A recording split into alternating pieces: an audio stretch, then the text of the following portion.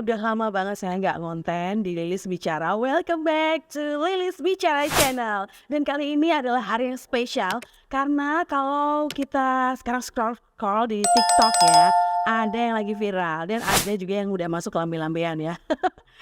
Dan ini adalah teman saya ternyata. Halo Randy, ada Kak Randy. Gerakas. Dan juga ada, Kak Irzal yang juga kemarin juga lagi dapat perhatian dari masyarakat Indonesia ya, nggak cuman ciwi-ciwi aja, tapi juga ibu-ibu kayaknya sekarang ya, menggemari kamu Irzal. Jadi ceritanya itu, langsung aja gimana kabarnya Kak Randy? Aduh. Aku baik, puji Tuhan baik, luar biasa amazing lah ya. Ya, jadi ceritanya itu malam-malam aku pulang konten, itu aku ngeliat di depan rumahku itu ada orang lagi mencet bel. Nah, aku nggak turun dulu nih, aku curiga ini siapa, karena aku nggak ada janjian. Terus aku orang rumah juga sudah pada tidur, lalu aku turun. Agak lama aku turun, ternyata Gojek nyari namanya Nova Yulia. Katanya dia pesen frozen food. Ternyata nggak ada yang namanya Nova Yulia karena aku sudah cek ke tetangga karena aku baru sih di tempat ini, di rumahku yang baru itu. Jadi aku tanya ke tetangga nggak ada yang namanya Nova Yulia. Terus pada saat aku kasih info saya nggak kenal Nova Yulia ke Mas Gojeknya, ternyata Pak disambar petir di Siabolong, kaget. Ternyata orderan sebesar 450.000 ya, itu tidak ada pemesannya. Pasti shock dong gitu kan. Dan aku juga awalnya kaget karena aku juga, ini gimana nih penipunya sih siapa gitu kan. Apakah ini modus dari drivernya atau memang benar-benar ada orang yang sengaja sakit hati. Kalau itu sih rasanya enggak sih, kalau menurut aku enggak. Karena aku di tempat baru, di rumah baru, tetangga juga banyak yang nggak kenal. Terus tidak banyak temen yang tahu, atau apalagi mantan yang tersakiti nggak ada yang tahu rumah baru. Jadi kalau menurut aku musuh nggak ada, apalagi utang pinjol ya, banyak yang bilang nuduh wah itu pasti utang pinjol. Nah, no sama sekali gitu kan. Lalu masnya pas waktu dikabari nggak ada yang namanya Nova Yulia, langsung shock. Terus habis gitu dia langsung bingung gitu kan, panik gitu kan. Aku juga panik, tapi akhirnya aku kasih solusi. Aku kasih ganti juga sebagian, tapi aku juga kasih saran sama Mas ojeknya untuk kembalikan orderannya, atau kalau misalnya nggak diterima dijual ke tetangganya aja gitu kan. Benar.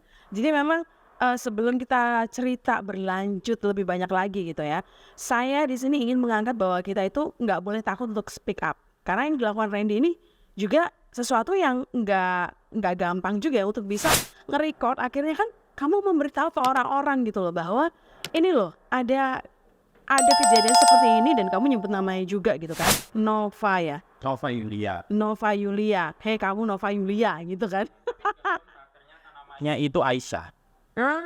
Jadi alias ya. Alias, dan katanya pas waktu dicek lagi kan ternyata dia minta nomor pribadinya sama Mas driver Gojeknya ini. Pas di WhatsApp-nya itu kontaknya namanya Francisca. Francisca, ada alias lagi. Jadi ini penipunya memang sengaja untuk tukang tipu, mengaburkan identitasnya seperti itu. Dan oke, sebelum kita ke langkah yang selanjutnya gitu ya, teman-teman Lilis Bicara, kalau dari sisi Irsal sendiri, pertama nggak ada firasat apa-apa ya, ya ambil orderan seperti biasa gitu ya. Ya, jadi saya baru Gojek jadi driver ojek online itu belum ada 2 minggu waktu kejadian di rumahnya Kak Randy itu. Oke. Dan di sana kan saya biasanya Gojek dari pagi sampai buka puasa, setelah lanjut dan tarawih sampai selesai lah, sampai dapat arah balik gitu ya. Nah, kebetulan waktu itu dapat notif dari aplikasi, dapat masuk orderan GoShop untuk beli frozen food jumlah 255.000. Nah itu ya saya masih sanggup, masih bisa lah. Terus habis itu kebetulan tokonya frozen food itu dekat sama rumah saya. Saya langsung berangkat. Nah, di situ saya langsung ke kasirnya, saya langsung bayar. Sebenarnya saya bilang, Kak dari Gojek untuk ambil pesanan GoShop dari atas nama Nova Yulia. Terus saya tunjukkan HP saya gitu. Terus langsung saya bayar karena sudah malam, saya nggak mau lama-lama juga kan. Ini. Nah saya bayar itu nominalnya sekitar 255. Nah habis itu sama mbaknya dikasih notanya, terus saya foto di aplikasi buat laporan ke customernya. Habis itu saya berangkat. Sebelum berangkat pun si mbak kasirnya ngefoto saya juga. Mungkin sebagai trust dari tokonya juga ya. Habis itu saya berangkat lah. Nah waktu berangkat itu kayak sebenarnya kalau kita masyarakat pada umumnya kan bisa lihat dan bisa mengetahui kayak ngelacak si driver ini udah jalan apa belum, udah sampai mana gitu dari aplikasinya kan. Dan waktu itu tapi saya itu di chat terus sama si Noval Yulia itu. Jadi Pak udah sampai mana ya? Pak udah sampai mana ya gitu. Ya menurut saya kan itu perjalanan yang cukup jauh. Jadi sebagai driver ojek online itu memang kadang ya hampir kebanyakan saya tahu dari teman-teman itu emang juga yang orderan yang lumayan jauh-jauh juga, karena emang tip atau penghasilan buat kita itu juga lebih kerasa daripada yang orderan yang pendek-pendek gitu. Nah, saya kan khawatir di situ. Ini kan saya sudah bayar yang pertama frozen food yang bagi saya nominalnya Udah besar. tinggi. Terus tripnya juga lumayan jauh. Kalau sampai tiba-tiba si customer ini cancel, kan saya jadi rugi semuanya. Terus akhirnya ya saya balesin chat itu. Jadi saya perjalanan itu kan bawa motor. Tangan satu pegang motor, tangan satu sambil ngejakin notif sambil balesin chattingan dari customernya. Takutnya ya itu, saya takutnya di cancel itu. Nah, di tengah-tengah perjalanan kan saya dari Surabaya Barat ke Surabaya Selatan. Itu sampailah kayak di daerah sudah Surabaya Pusat lah, daerah kebun binatang gitu ya. Nah disitu dia ngechatin terus, Pak masih lama enggak? Udah sampai mana ya? Itu diulang-ulang terus pertanyaan yang ya kurang lebih sama lah. Habis itu ya saya jawabin, sebentar Kak, tolong sabar dulu. Ya, saya lagi berjalanan karena jauh juga. Nah habis itu di tengah-tengah dia minta tolong gini, Pak, bapaknya masih megang uang enggak? Saya mau minta tolong buat top upin ke OVO saya sebesar 150.000. Nanti saya tambahin Pak tipnya sebesar 20.000. Ini saya siapkan ya Pak, uang sebesar 10.000 sama 20.000-an. Nanti ini jumlahnya ada 480.000, nanti itu buat bapaknya gitu. Wah saya kan tambah semangat, tambah senang, karena jujur saya belum kepikiran yang aneh-aneh sama itu gimana gitu, karena dia ngasih yang pertama alamat, titik, rumah, sampai dia ngefoto depan rumahnya itu sesuai. Jadi saya nggak ada keraguan di situ. Jadi saya, oh ya baik Kak. Terus saya tanya di situ, saya ada semua bukti chatnya. Saya tanya, Kak, ini kalau saya kan jarang top up OVO ke minimarket ya. Kak, mohon maaf saya mau tanya, ini kalau top up OVO ke minimarket itu biaya adminnya berapa ya? Karena uang saya kebetulan tinggal 151.000. Jadi cuma lebih 1.000 perak. Oh ya ampun, ya oke. Dia minta 150.000 kan. Habis itu saya udah belum nyampe, saya kan nyari yang minimarket arah sama rumahnya. Nah sebenarnya ada banyak minimarket, cuman di jalan besar dan motor pada kenceng-kenceng kan. Saya nggak bisa dengan tangan satu langsung tiba-tiba belok, nggak ada sen kanan terusin kiri. Akhirnya saya terusin sampai udah masuk yang bisa dibilang jalan agak sepi, udah masuk komplek daerah rumahnya itu. Itu ada sebuah minimarket, akhirnya saya berhenti di situ. Terus top up OVO tadi. Ya, cuman kan saya dapat orderan udah jam 9. Nah, otomatis perjalanan udah makan waktu sekitar setengah jaman. Itu udah di atas jam 9. Waktu saya bilang waktu itu kebetulan kasirnya cowok, Mas, saya mau top up OVO ke nomor ini. Kasirnya langsung bilang, mohon maaf Mas, layanan untuk top up OVO udah ditutup dari jam 9. Terus Mas minta tolong Mas buat dibantu gitu. ini customer yang minta. Terus masnya bilang, mohon maaf mas, nggak bisa mas, ini tadi tutup soalnya. Akhirnya ya udah kan saya kabarin ke customernya, itu dekat kok sama rumahnya. Itu kalau waktu itu di Google Map itu sekitar 7 menit sampai 8 menit udah sampai. Rumah efektif tadi gitu ya. Habis itu saya tanyakan ke customernya, kak ini kalau saya top upin ke OVO-nya cuman lewat M-Banking, apa bisa gitu? Ya pak, nggak apa-apa, nah tapi nanti kirim buktinya ya buat klaim di kantor. Ya saya akhirnya store tunai dulu, kebetulan di situ ada ATM 150 itu, dan untungnya masih ada juga saldo di UTM. ya, terus akhirnya bisa saya top upin. Nah, dia kan minta buktinya, kak saya minta nomor WhatsApp-nya buat ngirim buktinya, karena kalau di aplikasi ojek online ini kita kan nggak bisa kayak kirim foto dari galeri kita, cuman bisa foto live waktu saat itu juga. Nah habis itu ya saya minta kontaknya, terus saya kirim buktinya itu. Belum naik sepeda motor, masih keluar minimarket itu, saya buka pintu masih di luar mau ke parkiran, dia bilang gini lagi, mas masih megang uang cash enggak 100.000, nanti saya tambahin lagi. Terus dan terus ya. Ya, saya juga pernah mengalami. Saya kan posisi di situ enggak, uang sudah enggak ada ya. Iya. Cuman kalau emang dia mau minta tolong beneran, saya pikir dalam hati, dia udah nggak apa-apa, nanti kan minimarket juga deket, nanti saya bantu waktu udah ketemu orangnya, nanti saya top upin gitu. Itu pikiran dalam hati saya. Terus saya bilang kan chat di di aplikasi ojek online-nya, ya udah kak, nanti insya Allah saya bantu, nanti saya ketemu di rumah kakaknya dulu aja gitu. Udah habis itu dia nggak jawab, itu udah nggak jawab. Saya ke lanjut perjalanan, sampailah ke rumah alamat yang dituju itu. Saya cocokin nomornya, saya cocokin blognya, kan dia ngefoto depan rumahnya Persis, jadi sudah sama gitu ya. sama. Dan itu ada tukang bangunan juga. Saya tanya, pak ini bener blok 3? Iya. Terus saya cocokin, iya bener, cuman nggak keluar kan. Saya sempat kayak ke rumah depannya, ke rumahnya Kak Randy, saya pencet belnya berkali-kali gitu, karena itu posisi ya udah jam 10:30 sih. Ya karena tadi prosesnya agak lama ya nganuin OVO. Mungkin dia targetnya ya OVO tadi supaya diisiin ya. Karena kan kalau panjang nih ceritanya, dia punya banyak juga, nggak cuma saya. Oke. Jadi nggak cuma Irsal aja ternyata. Iya.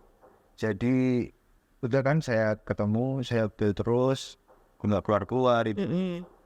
Terus saya nggak tahu awalnya kalau Kak Randy ini yang punya rumahnya, karena dia waktu itu lagi di dalam mobil, terus dia keluar tanya ke saya, mas cari siapa? Ini pak, saya cari Nova Yulia, katanya frozen food, dan alamatnya juga sama di sini. Terus ibunya Kak Randy keluar. Terus saya tanya, bener pesen frozen food sama siapa? Nova Yulia situ. Oh di sini nggak ada mas, video namanya Nova Yulia. Dibantu sama Kak Randy untuk nyari tanya-tanya gitu, dan ternyata kan nggak ada kan. Nah habis itu ya saya sempat down di situ, karena ya akhirnya saya tahu kalau cari uang ternyata nggak segampang itu kan, apalagi di bulan puasa ya. Ini kita nggak makan dan minum panas-panasan gitu. Itu saya dapat 100.000, itu masih kotor, bahkan nggak nyampe 100.000 sehari. Terus kayak saya udah kerja 1 minggu, terus hilang dalam 1 malam itu aja gitu. Jadi saya down kan di situ. Kak Randy tanya ke saya, terus dia sempat ngobrol-ngobrol banyak-banyak. Habis itu ya saya sempat nonton di situ, dan Kak Randy kan balik ke mobilnya. Waktu itu saya udah mau, ya udah saya balik aja lah, mungkin belum rezeki saya gitu. Tiba-tiba Kak Randy balik lagi, terus dia ngasih kayak ya rezekinya bagian buat saya. Jadi sebenarnya saya juga gak enak malah jadi ngerepotin Kak Randy. Saya udah kayak udah bersyukur udah mau dibantu meskipun nggak ada apa itu kayak kenal juga enggak, baru pertama kali ketemu dan apa itu udah mau bantuin nyari tanda-tandanya itu saya udah bantu mastiin meskipun memang apa itu fiktif, udah tahu fiktif tapi udah berusaha dibantuin itu saya udah bersyukur udah ketemu sama orang baik gitu. Terus malah dia mau gantiin sebagian dari kerugian saya itu, ya itu saya langsung kayak tiba-tiba keluar. Terharu gitu ya. Oh, oke. Itu yang momen yang kamu sampai mengharu biru gitu ya waktu itu. Oke. Karena ternyata masih ada nih ya orang baik gitu ya kayak Randy ya sih. Teman-teman netizen ini ya masih banyak ini teman-teman netizen itu menanyakan gitu kan, apakah ini diganti full atau cuman sebagian gitu kan. Jadi gini ya teman-teman netizen, tak jelaskan, tak klarifikasi. Memang dari awal aku nggak bisa percaya sama orang 100%, apalagi dengan mas Gojeknya, drivernya ini gitu kan. Aku pasti masih curiga apakah ini modus dari drivernya ataukah benar-benar real dia itu korban. Jadi saya harus cek dulu dan posisinya pada saat itu. Tahu sendiri kan, kita jarang bawa uang cash kemana-mana ya. Jadi kalau kalian mikirnya kok pelit amat, kok gini banget, kok cuman sebagian. Aku tuh cuman bawa uang cash itu segitu, separuh dari apa yang dirugikan tadi sama penipu tadi. Jadi ya aku itu waktu itu mikirnya memberikan saran. Jadi dari total kerugiannya 450.000, aku memberikan ganti. Waktu itu aku memang bawa cash itu cuma 200 ya gitu kan. Yaudah aku kasih, terus aku kasih solusi juga sama mas drivernya buat jual lagi atau kembalikan pesanannya tadi ke tokonya frozen food atau dijual lagi ke tetangganya, seperti itu. Tapi setelah aku cek di CCTV ternyata memang mas ojeknya ini benar-benar korban. Dari situ aku juga langsung kepingin ya udahlah tak ganti rugi, tapi memang aku sudah lose kontak gitu kan. Tapi sejak viralnya di lambe-lambe dan di mana-mana, di semua hampir media nasional itu semuanya, sampai di website pun juga jadi berita gitu kan. Akhirnya mas ojeknya ini ngubungin saya DM bahwa aku driver ojek yang jadi korban order fiktif kemarin. Nah di situ aku juga kepingin gimana yang terjadi selanjutnya, apakah sudah diganti atau gimana, atau perlu saya ganti full atau gimana, atau saya tambahin atau apa. Justru mas ojeknya menolak karena katanya mas ojeknya ini juga sudah terima banyak donasi, karena secara nggak langsung video di Instagram dan TikTok itu ternyata di chat situ ada tulisan mas ojeknya ngasih nomor WA-nya ke pelaku penipuan tadi, dan itu sama teman-teman netizen di capture, di screenshot. Terus akhirnya teman-teman netizen langsung menghubungi dari mas ojeknya untuk memberikan donasi. Aku memang nggak ada unsur kesengajaan untuk nge-share nomor WA-nya si mas ojeknya, tapi nggak tahu itu mungkin jalannya Tuhan gitu kan. Jadi aku juga nggak sadar ngeditnya karena kita buru-buru kan. Jadi kan kita nggak ada settingan, nggak ada apapun. Aku bener-bener buru-buru murni gitu kan. Aku nggak cek lagi, langsung aku upload. Ternyata di situ ada nomor WA-nya mas ojeknya, dan teman-teman sudah langsung mulai menghubungi untuk donasi seperti itu. Dan klarifikasinya dari mas ojeknya ke saya pas waktu mau tak ganti rugi full utuh sepenuhnya, itu mas ojeknya sendiri bilang nggak usah mas, sudah cukup, sudah tergantikan, apalagi donasi. Saya juga nggak mau memanfaatkan momen viral seperti ini untuk menarik keuntungan sebanyak-banyaknya. Nah ini benar-benar kalau memang settingan pasti kita akan buka open donasi, kita koordinir. Enggak, mas ojeknya sendiri pun menutup donasi waktu itu dan menolak untuk saya ganti rugi full seperti itu. Jadi kalau teman-teman netizen mikirnya ini adalah settingan, itu salah besar. Nah, kalau misalkan ini kan sudah ada, berarti beneran ya? Semua pada hubungin kamu, Irsa? Iya, jadi awalnya itu saya kaget juga kalau nggak tahu kalau Karen di konten. Jadi waktu itu kan kebetulan 22 malam. Terus tanggal 23 kan ya saya aktivitas seperti biasa. Biasa. Iya. Ya pagi ngojek, terus buka puasa, terus habis tarawih ya kumpul sama teman-teman tadarus gitu, teman-teman kampung gitu. Terus tiba-tiba ada yang bilang, loh, kayak di grup, terus sampai waktu di musola gitu bilang, loh sorry kayak awak muda gitu. Saya langsung kaget, tuh cuma habis gitu. Oh, apalagi posisinya dia yang mengharu biru ya. Dia malu dia. Jadi saya kayak waktu itu malu kan, terus komen itu udah ada yang kayak ada yang tahu info kontak.